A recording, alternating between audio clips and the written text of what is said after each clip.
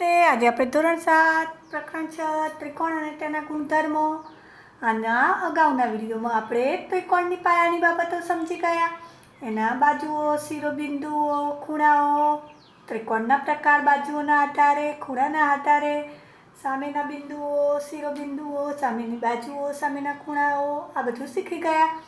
હવે આપણે આ લેક્ચરમાં ત્રિકોણની મધ્યગા વિશે અને ત્રિકોણના વેધ વિશે શીખીશું. તો ચાલો આપણે શરૂઆત કરીએ. ત્રિકોણની મધ્યગા. તો ત્રિકોણની મધ્યગા કોને કહેવાય? તો કે ત્રિકોણના શિરોબિંદુ અને તેના સામેના બાજુના મધ્યબિંદુને જોડતો રેખાખંડ.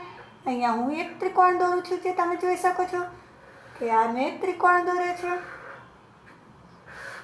એમાં હું એનું નામ આપું છું ત્રિકોણ ABC. તો આપણે મધ્યગા વિશે ભણવાનું છે. તો કે ત્રિકોણના શિરોબિંદુ, 3 શિરોબિંદુ છે, A, B અને C. તો આ શિરોબિંદુ અને સામેની બાજુ, તો એ શિરોબિંદુ એની સામેની બાજુ BC, એના મધ્યબિંદુને, તો આ એનું મધ્યબિંદુ, તમારું વચ્ચોવચ્ચ મધ્યબિંદુ, તો એને જોડતો રેખાખંડ, આ એની મધ્યગા કહેવાય. હવે આપણે એમાંથી દોર્યું, એ જ રીતે બીમાંથી, બીની સામેની બાજુ કઈ છે? AC. તો ACના મધ્યબિંદુ, B અને ACના મધ્યબિંદુને જોડતો રેખાખંડ, તો એને આપણે ત્રિકોણની મધ્યગા કહીશું.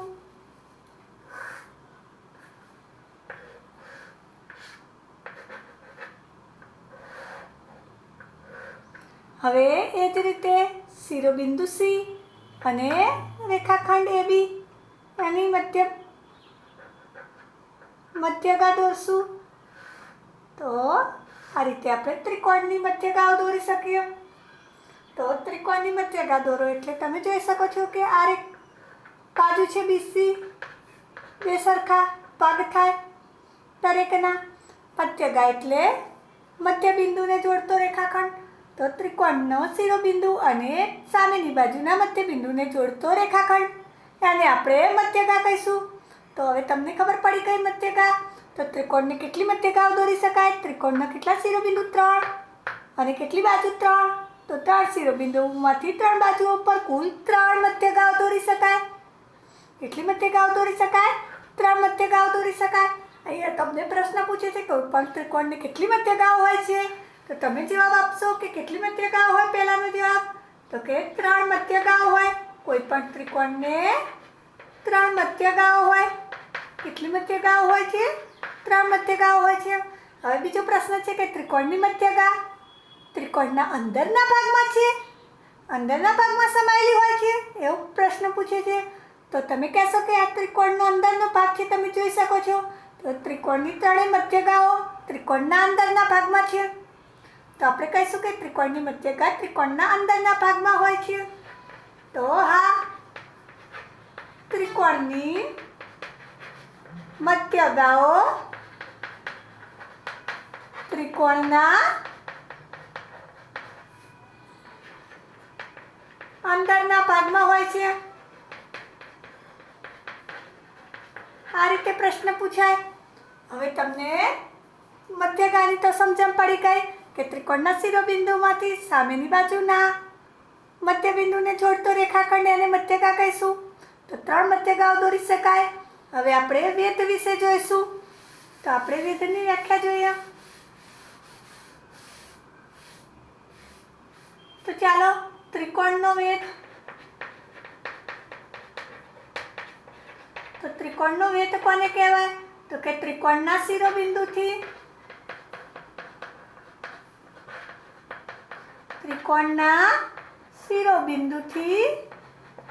સામેની બાજુ પર દોરેલા લંબ રેખાખંડને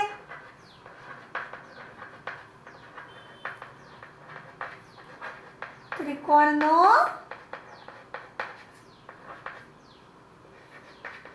વેધ કહે છે.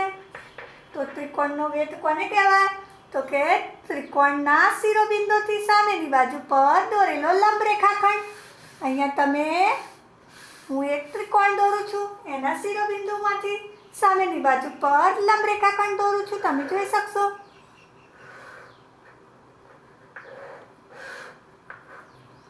તમે ત્રિકોણ એબીસી લીધો છે, એના શિરોબિંદુ એમાંથી તમે જુઓ, શિરોબિંદુ એમાંથી સામેની બાજુ, એની સામેની બાજુ છે બીસી, એના પર દોરેલો લંબ. અહીંયા આપણે મધ્યગા નથી, મધ્યગા હોય તો આના બે સરખા ભાગ કરત. અહીંયા લંબ દોરવાનો છે, તો આ એનો વેધ કહેવાય, એનો વેધ કહેવાય. હવે તમને આવો ત્રિકોણ આપેલો હોય, ચાલો બીજો એક ત્રિકોણ લઈએ આપણે, તો એનો આપણે વેધ દોરવો છે.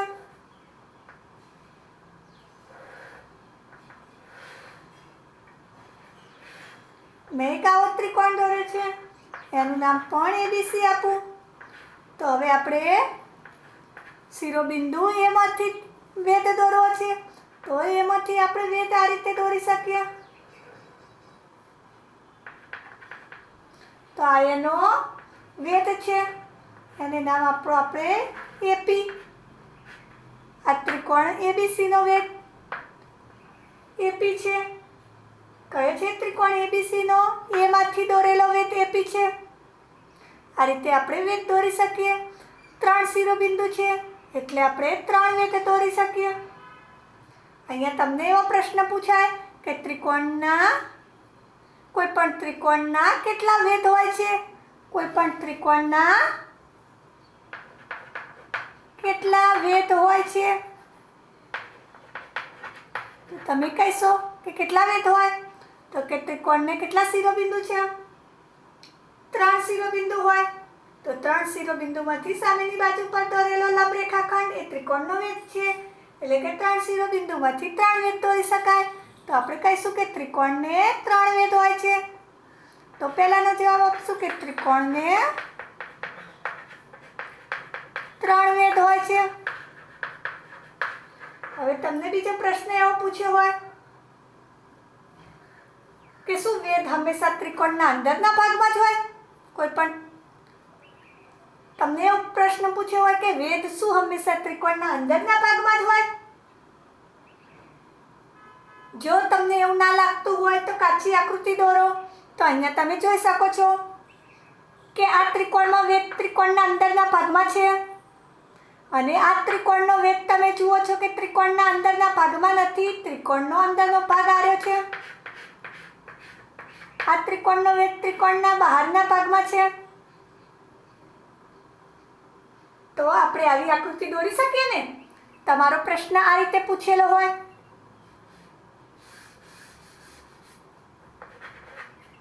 બીજો પ્રશ્ન તમને આ રીતે પૂછ્યો હોય કે શું વેધ હંમેશા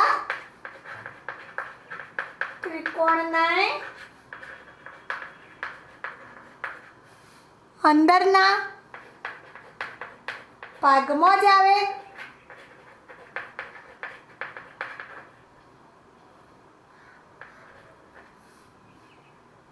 જો ના તો આકૃતિ દોરી.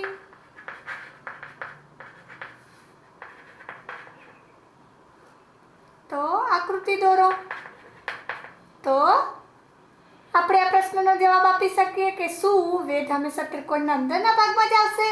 તો અહીંયા તમે જુઓ છો કે અંદરના ભાગમાં છે ને અહીંયા બહારના ભાગમાં છે, એટલે આપણે કહીશું કે ના, વેધ હંમેશા ત્રિકોણના અંદરના ભાગમાં ના હોઈ શકે, બહારના ભાગમાં પણ આવશે. અને આ આકૃતિ આપણે દોરશું, એનો જવાબ લખશું કે ના, વેધ હંમેશા ત્રિકોણની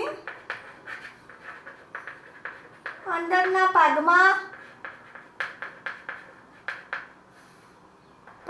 જ આવે તેવું નથી, બહારના ભાગમાં પણ હોય. અને આપણે આ આકૃતિ દોરશું આ પ્રશ્નના જવાબ માટે. હવે તમને આ રીતે પ્રશ્ન પૂછ્યો હોય કે ચાલો આપણે બીજો પ્રશ્ન અહીંયા લખું છું.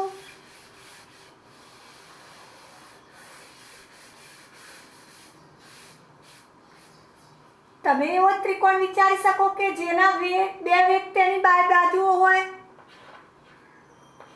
તમે એવો ત્રિકોણ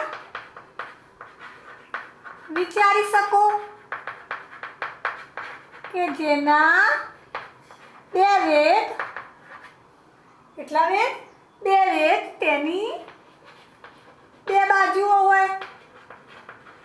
આપણે એવો ત્રિકોણ વિચારવાનો છે કે જેના બે વેધ તેની બાજુઓ જ હોય.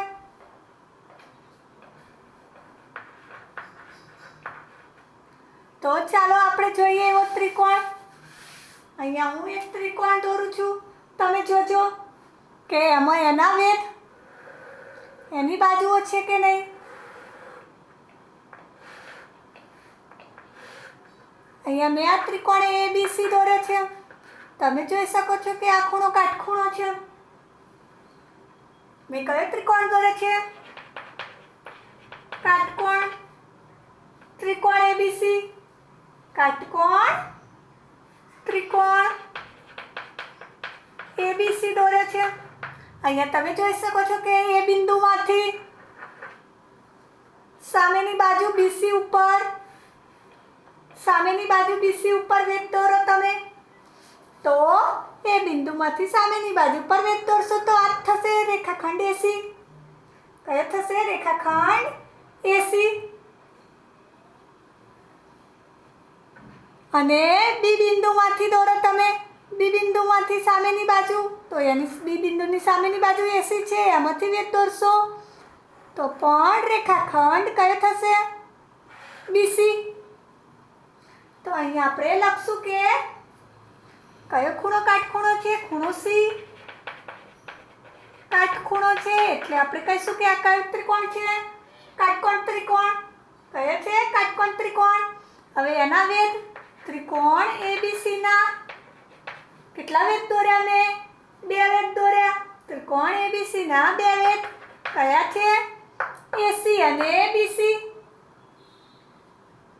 રેખાખંડ AC અને રેખાખંડ BC છે, જે એની બાજુઓ જ છે. જે ત્રિકોણ ABC ની બે બાજુઓ છે. તો આ રીતે તમે આ પ્રશ્નનો જવાબ વિચારી શકો. હવે તમને આવો પ્રશ્ન પૂછ્યો હોય કે કોઈ ત્રિકોણ માટે વેધ અને મધ્યગા સમાન હોઈ શકે? કોઈ ત્રિકોણ માટે વેધ અને મધ્યગા સમાન હોઈ શકે? અહીંયા તમને એવું પૂછ્યું છે કે વેધ અને મધ્યગા બંને સમાન હોઈ શકે કે નહીં? તો આપણે ત્રિકોણ દોરીએ અને જોઈએ કે વેધ અને મધ્યગા સમાન હોય છે કે નહીં. તો અહીંયા હું સમબાજુ ત્રિકોણ દોરું. સમબાજુ એટલે બધી બાજુઓના માપ કેવા હોય? સરખા.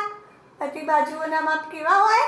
સરખા. એવા ત્રિકોણને આપણે સમબાજુ ત્રિકોણ કહીશું. ત્રણેય બાજુઓના માપ સરખા હોય. તો હવે એના તમે જુઓ કે ABC ત્રણ શિરોબિંદુ બતાવ્યા. હવે એની બાજુ AB, BC અને AC ત્રણ બાજુ છે. હવે શિરોબિંદુમાંથી સામેના બાજુના મધ્યબિંદુને જોડતો રેખાખંડ, એને આપણે શું કહીશું? મધ્યગા. તો ચાલો આપણે મધ્યગા દોરીએ. આની મધ્યગા મળી તમને. હવે એ જ રીતે આપણે વેધ પણ ત્રિકોણના શિરોબિંદુમાંથી સામેની બાજુ પર દોરેલો લંબ, એ પણ તમે જોઈ શકો છો કે આ જ છે. તો આ એની મધ્યગા પણ થાય અને વેધ પણ થાય. તો આપણે કહી શકીએ કે હા, સમબાજુ ત્રિકોણ માટે વેધ અને મધ્યગા સમાન હોય છે. વેધ અને મધ્યગા સમાન હોય છે કે અહીંયા ત્રિકોણ ABC માં અહીંયા આપણે નામ આપી દઈએ AD.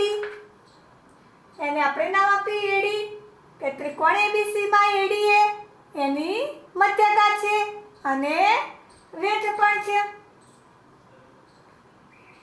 આપણે લખીએ કે ત્રિકોણ ABC માં રેખાખંડ AD એ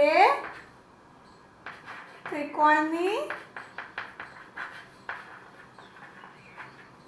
મધ્યગા અને વેધ પણ છે. મધ્યગા અને વેધ પણ છે. તો આ રીતે આપણે આ પ્રશ્નનો જવાબ આપી શકીએ.